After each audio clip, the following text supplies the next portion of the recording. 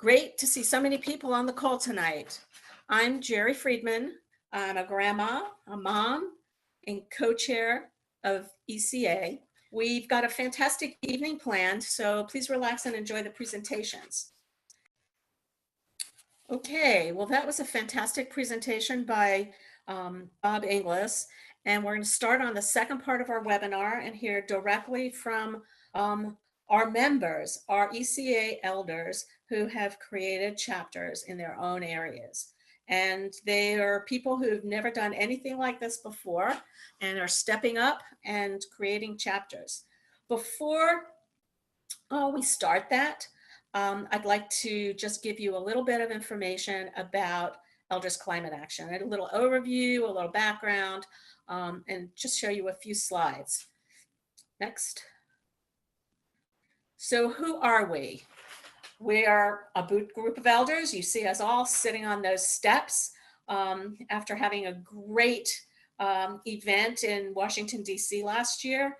And we're mobilizing other elders throughout the United States to address climate change. So while there's still time to protect the well-being of our grandchildren, future generations, and all life. And if you're anything like me, the most important people on the face of the earth to me are my grandchildren. I live for my grandchildren. So who are we? Well, we are a group of elders, and we've been around a long time, but we're a very young organization. We're a project of Conscious Elders Network, which is a nonprofit, nonpartisan organization. And were launched in 2014, actually the end of 2014. So we're just a little more than 3 years old, even though our age, if you look at us, we don't look like we're 3 years old. We're all volunteers. We've got over 5,500 members in all the states. We've got members in Mexico, New Zealand, Canada, United Kingdom, and India. And so we're pretty well, we've got people all over the place. We've created 5 local ECA climate action teams, and they're organized as chapters. And there's more of those to come. You're going to hear from some of those chapters in a few minutes. We've engaged with over 69 other organizations who we partner with. Some we have very, very deep collaborative agreements with. Next. So you all know that baby boomers are the largest voting bloc, and we're over 90 million strong. So our voice really counts. It counts in the voting booth because 34% of registered voters, that's a lot. And in the words of Drew Dellinger, what did you do once you knew? Next slide, please. So we've got some initiatives that we really support. You heard from Bob Inglis talking about the carbon fee and dividend legislation, either through carbon fee and dividend legislation from the Citizens Climate Lobby or other similar legislation that would put a tax on carbon. We feel very, very strongly about the EPA emissions regulations and not degrading those regulations and keeping them strong and really being supportive of the EPA in keeping all of those regulations strong. One of the other areas that we feel strongly about is fossil fuel divestment, both on an individual and a corporate level. There are some areas in the country where pension plans that are invested in fossil fuels are now divesting themselves of that. And that's a wonderful occurrence. We need to see more of that. And we support state and local policies. Why do we support state and local policies? Because it's important that we act where we are. Every state and every locality is very, very different. And the priorities for action in those states are very, very different. And an example is I live in the state of Florida. And one of the most important issues for us in Florida is sea level rise. I live 7 feet above sea level. So sea level rise is a really critical issue. I'm 12 miles inland and only 7 feet above sea level. So any rise in sea level, I would be washed out. That's not an important issue for people in Arizona to work on. You know, they've got much more important issues that they want to work on at state level. So that's why we really support the state and local policies by the chapters, and that's the work that they will do. Next slide, please. So what are we doing? Building a movement. As I said, at local, state, and national levels, we've got local teams, state teams, and we've got a national organizing team. And we're, you know, always looking for input into that team and people to assist us in working on our national issues. Nonpartisan, and we're have partnerships with a group of other organizations that are very similar to us. One of the most important things is that this is tough. This is hard work. It's emotionally hard, and we have to put out and do a lot. So we have fun and we develop new connections as we work together. And I'll show you how that is in the next one of the next slides. We've got tons of volunteer opportunities. So we can make our voice heard. We need to be strong and we need to make our voice heard. Next slide, please. So what have we done in our youth? We have had in 2015, Grandparents Climate Action Day, where we met in Washington, D.C. for 2 days. And in that 2 days, we had a day of fantastic inspiration and education. And the next day, we met with legislators in teams and had over 45 meetings with legislators. So this was, I would say, the first time many of us had walked the halls of Congress. And so it was a very intimidating and exciting and empowering day for us. And then in 2016, we had a Congressional Candidates Climate Project, and we've had ongoing letter writing campaigns that are available through our website. In 2017, just last year, we went again to Washington, D.C. We had a day of inspiration again, a day of action. We followed that by a day of actually going, and we dropped off and delivered our message to all 535 members of Congress. On the third day, we participated as an elder contingent in the Climate March, in the People's Climate March in Washington. And if you look at the top picture, you will see us in the People's Climate March performing our flash mob, which is our signature flash mob song that we perform wherever we go in small groups. And as I said, we try and have fun, and that's one of our fun things that we do. And the slide below that, you can see a picture of our Children's Trust, the youth from our Children's Trust, and Frostpaw all came to our Elders Climate Action Day the day before and sang our song with us and sang the flash mob with us. And you can see us all there really having a good time while we're doing this serious work. So those are the things that we have done in the past. And I'll tell you a little about our current projects. We've got a partnership with the Environmental Voter Project. And the Environmental Voter Project is an organization which you're going to hear from in the next webinar. And we are participating with it with an Elders Vote for the Climate. And that is an ongoing project, and you'll hear more about that next webinar. We also have partnered with Dear Tomorrow for letters to our loved ones. And that is another project where we're writing letters to a loved one in 2050 about climate change, about what we hope and what we feel moving forward. Our latest action and project is the Candidates Pledge Climate Action. You'll hear a little bit about it today, and then you'll hear the true launch of that project is in our next webinar that's coming up. That project, we're asking candidates for office that are running in this election to take a pledge that they will take climate action. So there's projects that we're currently working on. You're all welcome to participate in them. And that's just a little bit of information about ECA. And now I'm going to turn it over to Steve Simon, and he's going to facilitate the second part of this, and you'll hear from teams and chapters. So it's over to you, Steve. Okay, thank you, Jerry and Bob Inglis. That was incredibly inspiring. And Jerry, thank you so much for the introduction to ECA.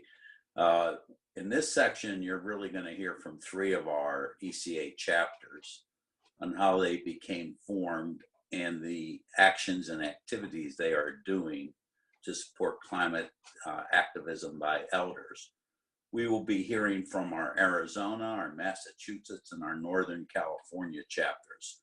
So we're going to start with Hazel Chandler from Arizona, and I just want to remind you to submit your questions as they come to you. We will have one Q&A session with all the panelists at the completion of the presentations. So I'm very pleased, of course, to introduce the miracle worker, in my judgment, Hazel Chandler. She's a member of our coordinating council and the Arizona chapter co-leader.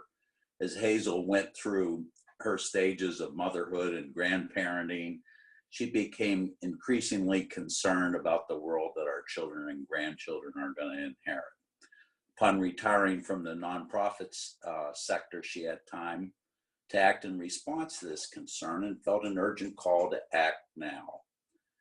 Hazel trained with the Al Gore Climate Reality Project, and a few weeks later found Elder to Climate Action.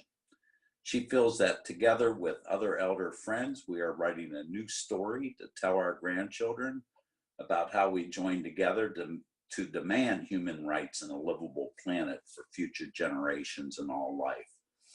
By the way, Hazel is also running for elected office in the Arizona House of Delegates. So welcome, Hazel. Thank you so much. It's really a great pleasure to be with you. I'm coming from hot Phoenix. It's 112 today and headed up into record territory in the next couple days. And so we see on a daily basis the impacts of climate change, the warmer days and the even more concerning no winters and warmer evenings. When I became active in Elders Climate Action, I was really interested in starting an Arizona chapter and spent some time trying to think about how we would do that. I started reaching out to partner organizations and talking about what Elders Climate Action is doing, and participated and worked with groups such as Sierra Club, the Interfaith Power and Light, and the Care for Creation team, and most of all, the Citizens Climate Lobby. In my work with the Citizens Climate Lobby, we found out that they were sponsoring a Wild West Regional Conference here that was last fall in November. And I said, oh, this might be a good way to get a chapter going in this area. So we made arrangements with Citizens Climate Lobby to do a pre-conference to the Wild West Regional Conference. This was very successful. We had a very powerful, little small but powerful group that joined at a beautiful mountain preserve. You can kind of see in the picture behind us, the desert behind us. And we had our launch of our Arizona chapter and our first Wild West pre-conference to the Citizens Climate Lobby conference, and then participated in the full conference with Citizens Climate Lobby to learn more. In fact, we got to hear Bob Inglis' inspirational talk in person there. Out of that, we started our conversations about how do we move forward, what are our priorities. And we felt, since this was the most important election year probably we've ever faced, that we needed to get a candidate's climate pledge project going. And so Arizona chapter took the lead in this project. The climate pledge, I'm going to read it to you just so that you can get an idea of what it is. We are asking all the candidates for office at any level, at the state, at the local, at the national level to sign. And we're having really wonderful response here in Arizona to our pilot. The climate pledge says, I recognize that climate change poses a threat to the health of our citizens, our economic growth, our reputation as a world leader, and our national security. I will engage with my fellow elected officials at the local, state, and federal level to support climate legislation and regulatory policies to avoid potentially devastating social, economic, and national security impacts of climate change. I recognize that such legislation can support economic growth by stimulating technology, innovation, and development of a more resilient infrastructure, increasing domestic employment. It's a really simple pledge, and we started out by printing out copies of the pledge and taking them to our elected officials. We were going to events in our area, whether it was a forum or whether it was a debate. At those events, we asked them a question about climate change, a real simple question like, I'm a grandparent and I'm really concerned about climate change and I'd like to know where you stand on these issues. The result is, to date, when this was printed, we had 32. I think we're at 34 Arizona candidates that have now signed the ECA Climate Pledge, and more are coming in every day. We have contacted every candidate for national office, both the Senate and the House. We've contacted all of our statewide candidates. We are in the process now of working to contact candidates for Arizona House and Senate, although we already have quite a few that have signed. We also have a number of local city, county candidates that have signed, as well as candidates for our corporation commission.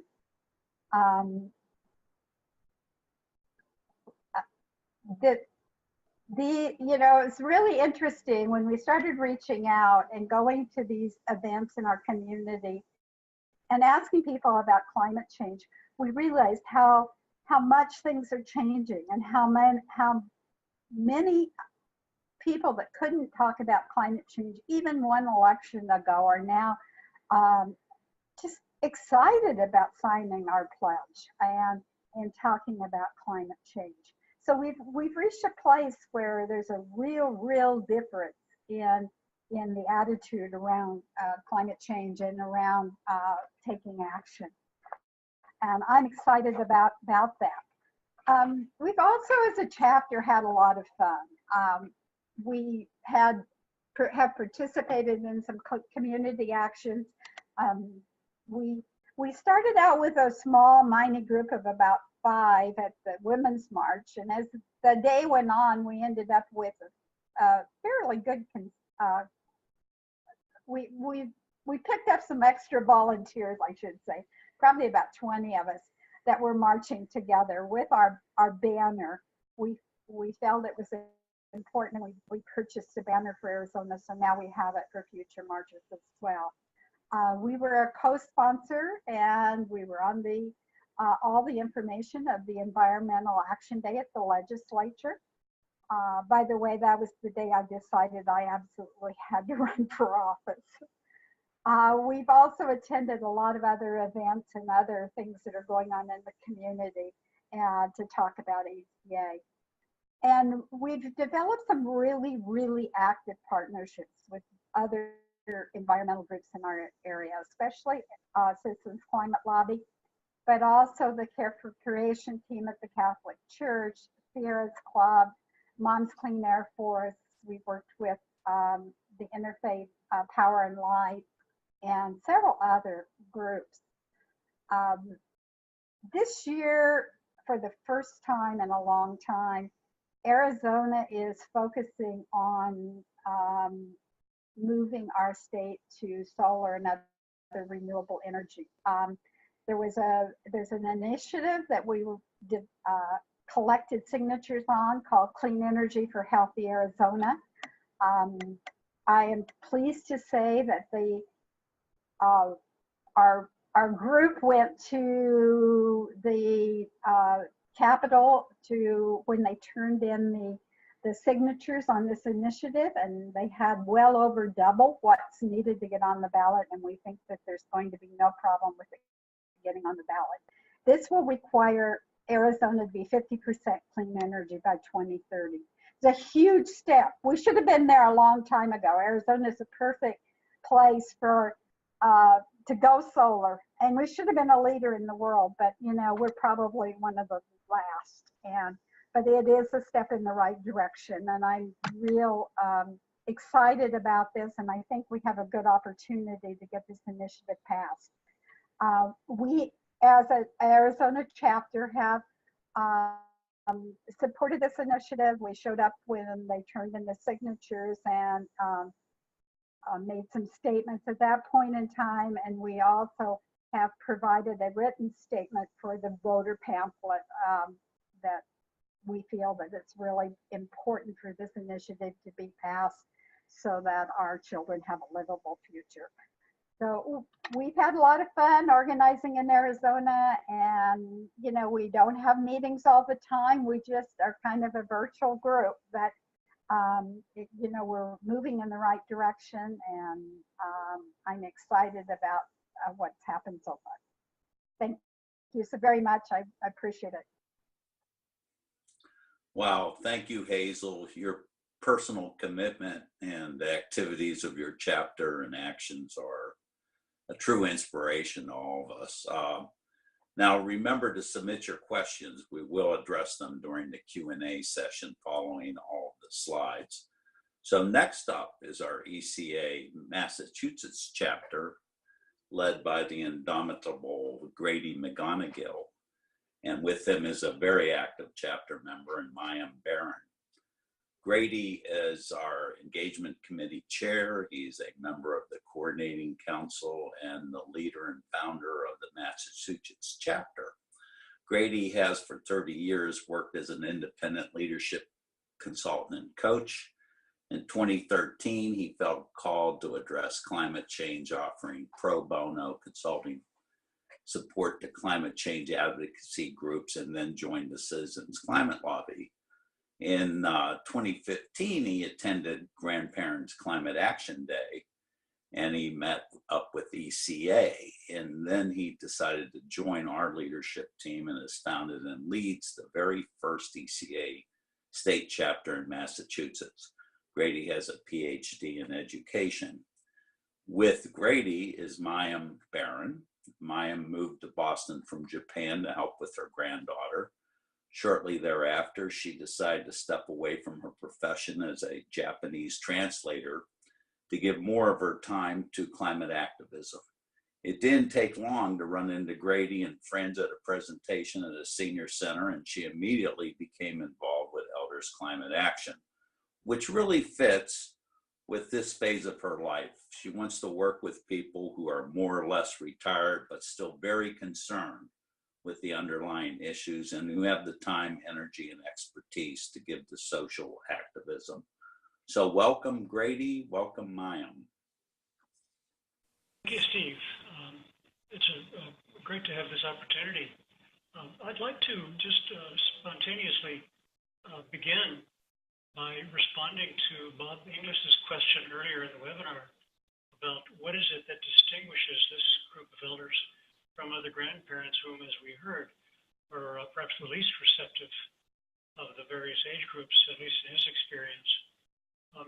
I think we all have a different story, but mine began 25 years ago when I was reading in the Boston Globe about the fate of a creature that I had grown up with in my youth in Central Texas, which was the Texas horned toad.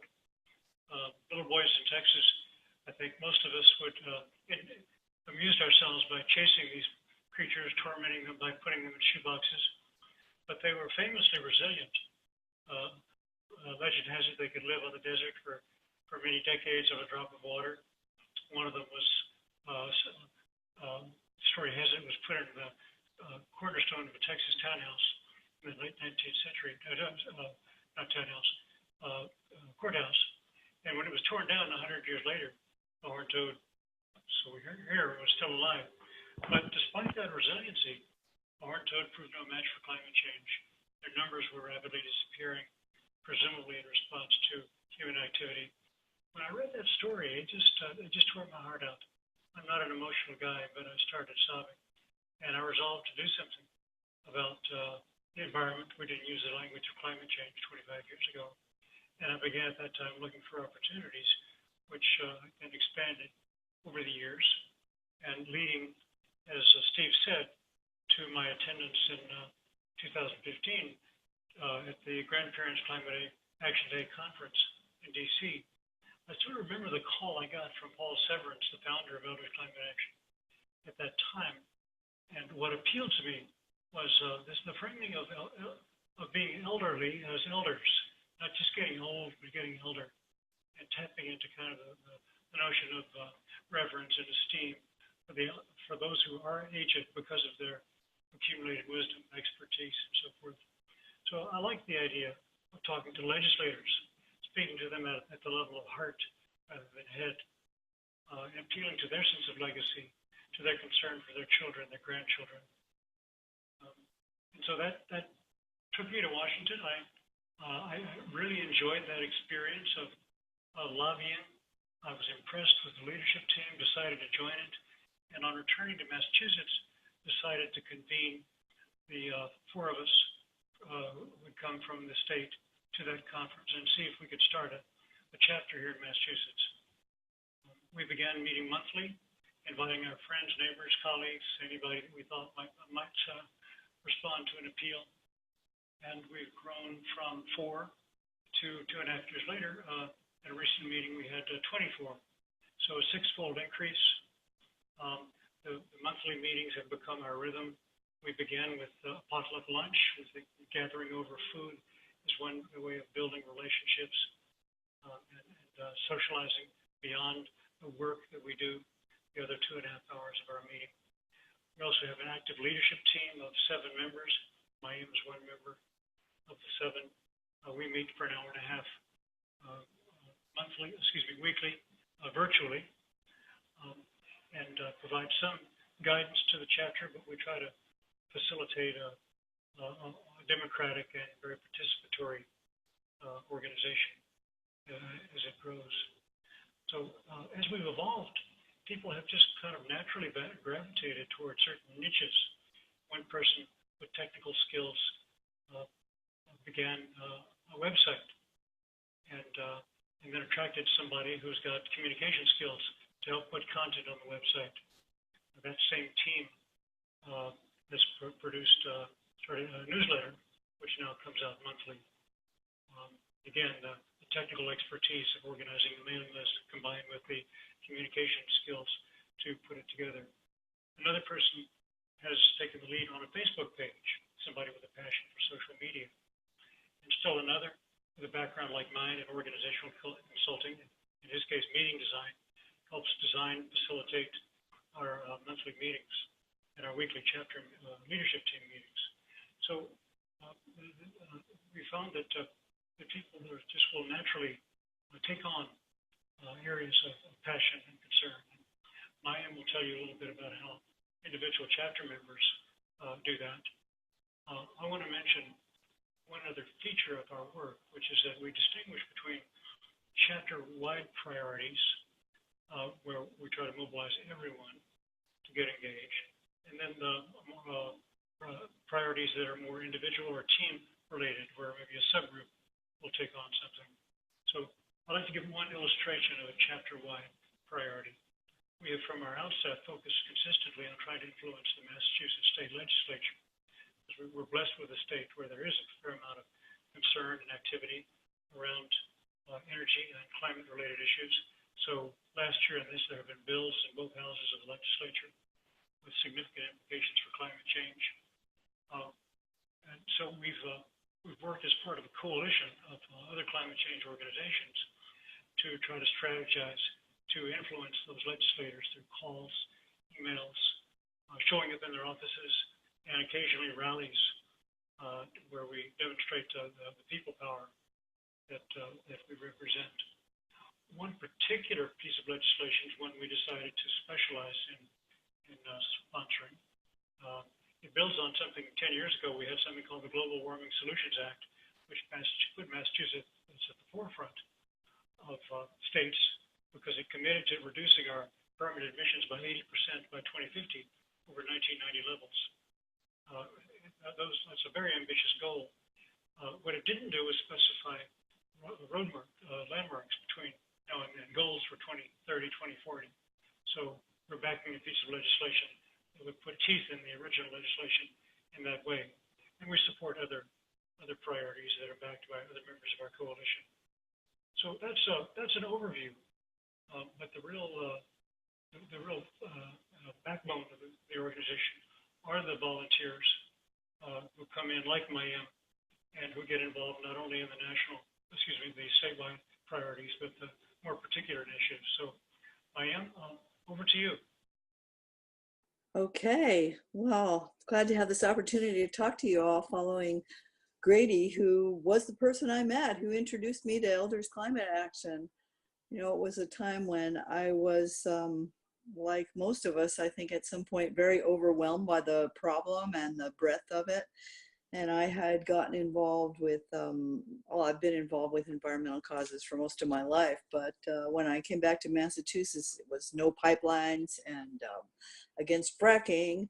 And then I met ECA and the Massachusetts chapter, and the expertise that has come together for our chapter was so impressive.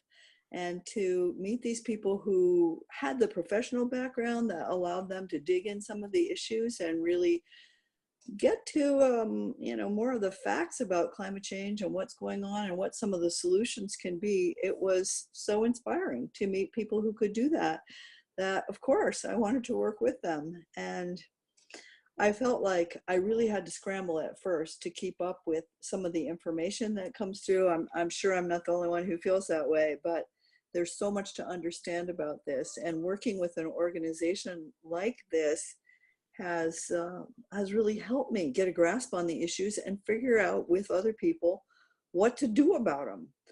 So that was what pulled me in, and I soon got involved in the strategies that we have for influencing the state legislature, which is the main area that we feel we can work and be effective. And we find that it takes working with a coalition of the other people who are in the climate change field, like 350, or I'm not sure about the rest of the country, but Mothers Out Front is very active here. So sometimes we are not entirely in agreement with what their priorities are, but it seems to be becoming more and more clear that working together with the other climate activists is very effective, I think, when we go to talk to legislators. And one thing that I want to share with the other chapters, or maybe people who are interested in starting a new chapter, we got these green t-shirts that have the Elders Climate Action logo on the front, and they're this bright Kelly green. And if there's even 2 to 4 of us showing up on the State House steps, you can see our group in there. So that is a trick that we have learned that lets us be very visible to our partners in this so that they feel like we're showing up for them. I guess our strategy is if we show up when Mothers Out Front, or here in Massachusetts, we have a coalition called Mass Power Forward. If they're doing something and we're invited to participate and support them, if we support them, we're feeling like we'll get support back from them too, and that we have to build this broader base of people, especially a more diverse base. So how do you do that? And what do you get people involved in doing? As the slide says, if I can see it here, we do a lot to try to influence the legislator through making calls and writing letters. And we've had a very hot couple of weeks here as we're getting to the end of our legislative session. And we try not to send out too many because you can't send out an action alert every day, as urgent as it is. And believe me, the guys on our team here, it's like, can't we take a weekend? Man, the climate won't wait. We're working on it all weekend. But we can't do that to all our members all the time. So we have to kind of be very strategic in what we do ask them to get involved in. And hopefully then they do make calls when we ask them to occasionally, like crunch time that we're in now. I think all of us are looking at how do we reach other elder groups and make presentations to them. We're in a process of reevaluating that. Who do we reach out to that has been effective? What are the most effective ways to reach out? And where are the places to find elders that are going to be active with us? I think initially we had the idea, oh, we just go to a senior center and there's lots of elders there and we'll find them. Well, yeah, there are a lot of people there playing cards or whatever, but that may not be where we find the people who are still really wanting something active to do. So we're taking a look at that, looking at, we've noticed when we go to something like a local folk festival, there's a lot of elders there who are getting out. So maybe we need to have a table there. We've used tabling. We have some materials we've developed to give out to people, but I think we're going to get hone in a little bit more on where are the best places to put our time and energy to actually meet elders that we can recruit. So what happens when you recruit them and you get people in? I think the important thing then is to really engage people, encourage people to get involved with projects that they really care about. So we have a couple that have emerged from that. And that's where people are really connecting and starting to form their own teams within the chapter that they are working together on. One project has to do with trees.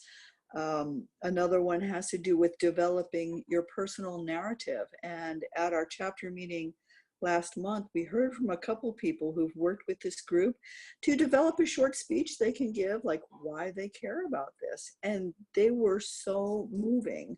We've been told it's your personal story that is going to affect legislators or other elders, but to actually put the time in and develop that story and be able to present it looks like it's going to be quite effective.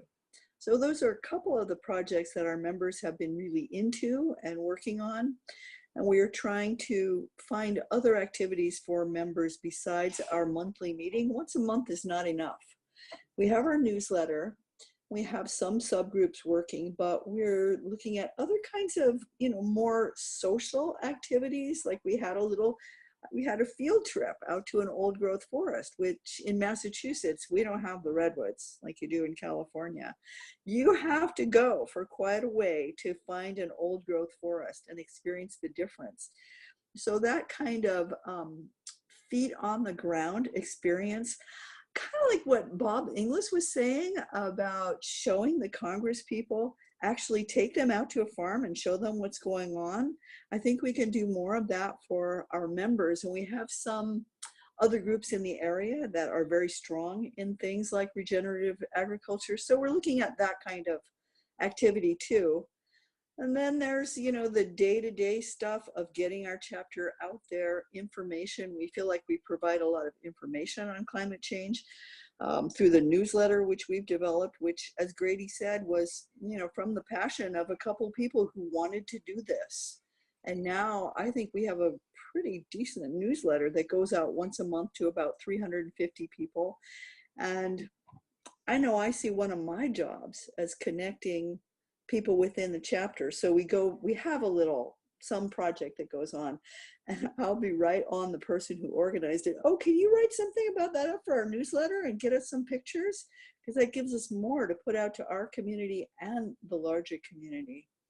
So I feel that emphasis on building community among the chapter members by finding things they can participate in right away, even if it's some small thing they can help us find out, somebody we need to figure out who's in what position we can connect with.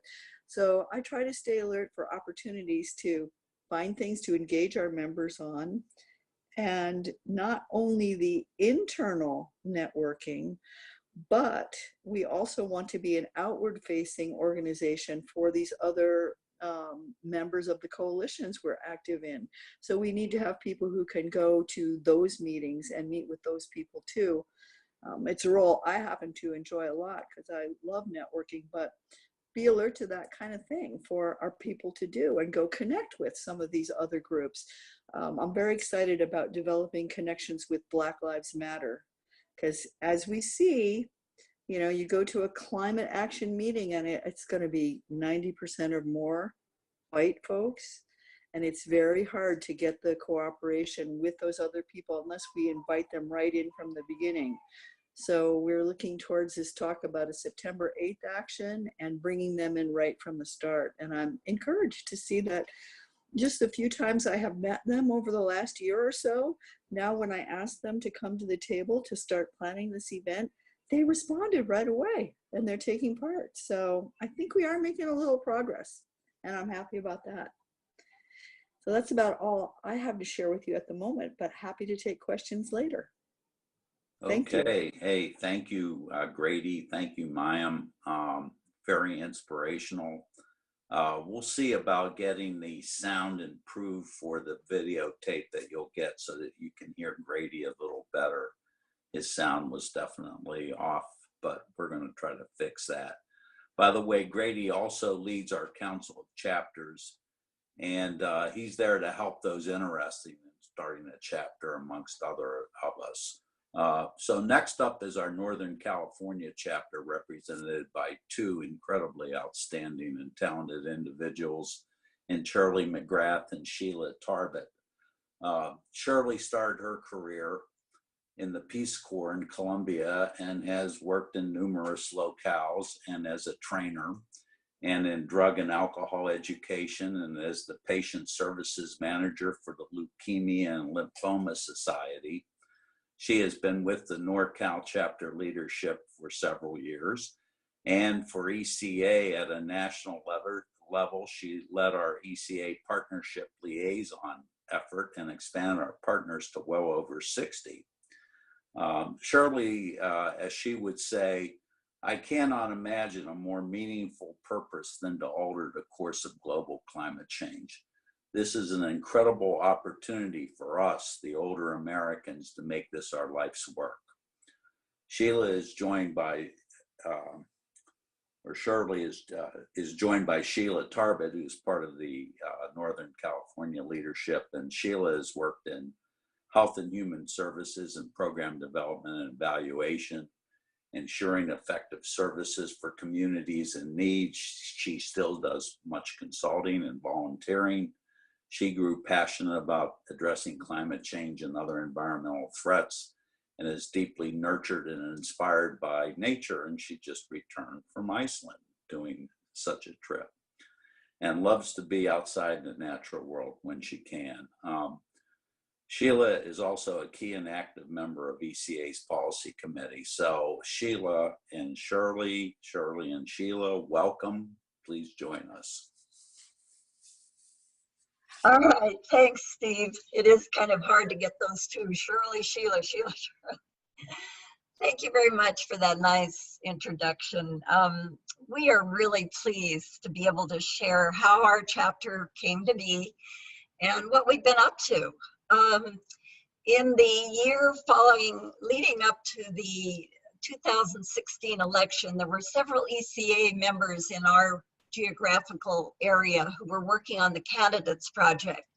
So when we came together in Washington, D.C. the following spring, and we met again in our geographical areas, by the time we ended that meeting, we were really very inspired and fired up to form a chapter. And we left that conference with that goal in mind, and we actually had our first meeting a year ago in June of 2017. So our mission when we left that meeting in DC was to establish a chapter, form a leadership team, and grow the membership. and to work locally with our ECA partner organizations and other climate organizations in our local areas. So that's been very, very rewarding work. Over the past year, we have, as I said, formed a leadership team and conducted monthly planning and membership meetings. To fulfill our mission, on the next slide, you'll see all of these organizations that we've met with and supported. And it's been so inspiring to see how many organizations there actually are in Northern California working on climate change. I mean, it really gives us hope that we can make a difference. And so I just really want to point out that we are so grateful to one of our members, Marilyn Price, our volunteer administrator. Marilyn helps to plan the meetings. She takes notes, she sends out agendas and meeting notes and meeting reminders, and she keeps the NorCal member roster up to date. And in addition to all of that, she wears her ECA t-shirt to all of the many, many, many organizations that her meetings. I mean, she's just incredible, and we're very grateful to her. So on the next slide, what does it mean to be a member of NorCal? We've discovered that there are many, many ways to work on behalf of the climate. This slide and the next one will show you a representative sample of what we've been doing over the last year. We have written letters supporting state bills, and we have one that's really going quickly now. It's called SB 100, and the goal of SB 100 is 100% renewable energy in California by 2045. So that is a worthy, worthy goal, and we are on board with that coalition. We have found other ways to work locally. We are helping to educate on the facts of global warming and sea level rise. And some of us in California, as you know, are experiencing climate change now. It's not something that's happening in the future. And then on the last slide, there are more examples of how we as elders are helping to raise awareness of climate change. We've contacted members of Congress, we've written letters to the editor. We've become familiar with the Drawdown Project, which you may have heard of, and all of their solutions that they have come up with. And some of us have learned how climate change has affected businesses. And one of our members has come to us and suggested that we start working with youth, an intergenerational project, which makes a lot of sense. Elders and youth, we think the relationship could be very, very rewarding, and we're looking forward to doing that. So we hope that you have, through this very short, very brief presentation, seen some things on the slides that will inspire you to start a chapter in your neck of the woods. So now Sheila will tell you a little bit more about our chapter. Thank you so much. Yeah, thank you. Thank you, Steve, and thank you, Shirley. I'm just going to talk briefly about a couple of things. I'm going to talk about our chapter's implementation of the candidates' climate pledge, which is something that you've heard about from Hazel and some of the other speakers. So we know that influencing us, who represents us in Congress as we approach the midterms, is actually so critical and one of the most important things and gratifying things we can do. So we're forming district candidate pledge teams beginning with our contacts with ECA and Conscious Elder Network members. In California, we have 53 congressional districts, so we have quite a bit of territory to cover. But we're beginning with contacts in 14 of those districts. And if there are any Californians out there listening who want to get involved, please let us know. We would love to have more people working with us on this. Our teams are contacting the 2 primary candidates in their district and arranging to meet face-to-face with them if possible. We want to form a relationship with the candidates so we can continue to work with them. We want the climate problem and potential legislation to be a visible, publicly discussed topic in each of these campaigns. We, as you've heard, ECA will post the names on its website of candidates who sign the climate pledge. But after a candidate signs, if they do, we encourage local teams to follow up in a couple of different ways. And I think maybe a couple speakers reference some of these types of things. We encourage our teams to continue to attend debates and town halls, to publicly ask the candidates where they stand, to write letters to local newspapers, and to continuously promote the idea and to support the candidates in promoting the idea that we need governmental action to deal with this threat. So it's a very gratifying process to be involved this way. The more we can do to influence the outcome of the next election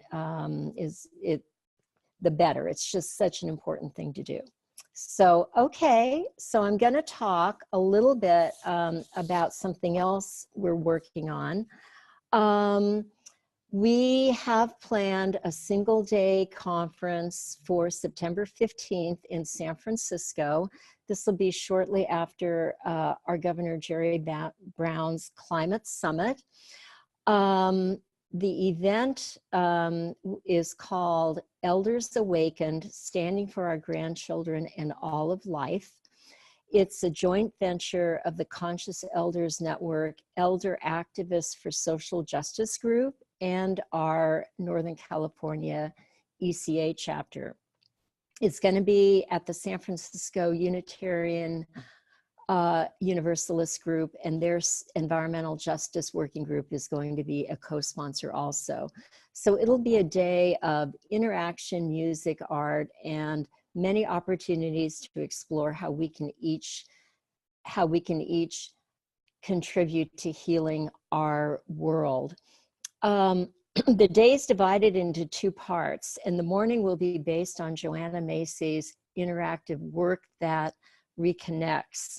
Our CEN facilitators are really experienced, and they'll guide us in a process that's been used all over the world,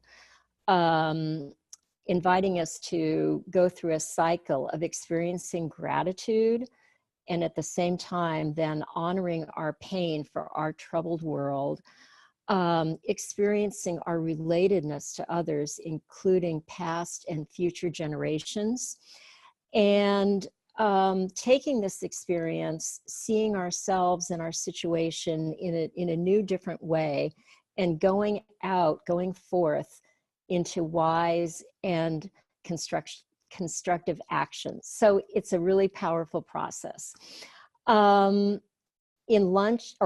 lunch, we'll informally connect in small groups, and in the afternoon, our Northern California Climate Reality graduates will update us on the current state of the climate crisis. Then we'll hear from ECA chapters around the country, hopefully some of these chapters right here, and we'll self-select into some tracks where we'll be able to meet with others who are inspired to go out and act in similar ways. So tracks will include organizing new ECA chapters, the Candidates Pledge Project, intergenerational climate work, environmental justice, personal approaches to reducing our carbon footprints, and perhaps something from Project Drawdown. I know we're short on time, so I'm just going to say this is going to be a really great day, and we hope many of you out there will come, and it will be a day of connection, inspiration, and engagement. Thanks. Thank you, Shirley and Sheila. That was really a comprehensive talk, and very much appreciated. You guys are doing amazing work. I'm going to go real quick here. We're very much out of time. We have 2 other chapters that are shown here, Ann Arbor and Maryland. You will all be getting a copy of the slide deck so you can read about them. And I did notice that there was a question asking whether we would send contact information and a follow-up email, and I'm sure we can do that. And really, it's important I give a little advertisement to our upcoming webinars. These are going to be amazing. The next one is August 8th with the fabulous Nathaniel Stennett. And if you have never heard him speak, you are going to be blown away. The guy is great. And he's going to talk about what our voice, our vote, why do environmentalists vote, and what impact do they have? And that'll be followed up with a talk with Hazel, Margot Frank, and Jen Chandler to introduce our Climate Pledge project. And then our last webinar is the one and only and fabulous Catherine Hayhoe, and her talk is entitled For the Grandchildren, Future Generations and All Life. And she is about as renowned as you can get right now, one of the leading climate scientists in the world. And she's going to ask us and try to answer the question, how can we still act on climate in such a politically charged environment? Is it too late? And I'm sure Catherine will have much to say about that. Jen Chandler will then give you all the tools of our ECA Climate Action Toolkit to end the 4 webinars. Now, this Wednesday, we're going to have something we call Climate Tea and Talk, and we're hoping as many of you as you can join us. It's a casual event. It won't be in the same format as this. We can all interact. And if you're like me, your definition of tea is very liberal. So bring the drink of choice and join us and make new friends and have a good discussion. And I thank you tremendously, all of you, everybody who participated and all of the attendees. Okay, this bring up our panelists. I think we have a few minutes for questions. Is that correct? I'm not seeing much, but I do have some. We are actually out of time. We have about 1 minute left, Steve. Oh, okay. Then I recommend that we answer these questions by email. Is that correct? Can we do that? And deal with them in our next session, maybe on Wednesday? You mean at the Tea and Talk? Yeah. Yeah, I think that's a great idea. Yeah, I think that's what we could do. I did want to ask the panelists about some of their challenges in getting their chapter started and how they got over those, but we can deal with that on Wednesday. So I just want to thank, since I guess we have limited time, Jen, is that correct? I just want to thank everybody who joined in tonight and all the speakers and Bob Inglis, Jerry, and of course the 3 chapters. Thank you very much. You guys were great, and hope to see you on Wednesday. Please come back.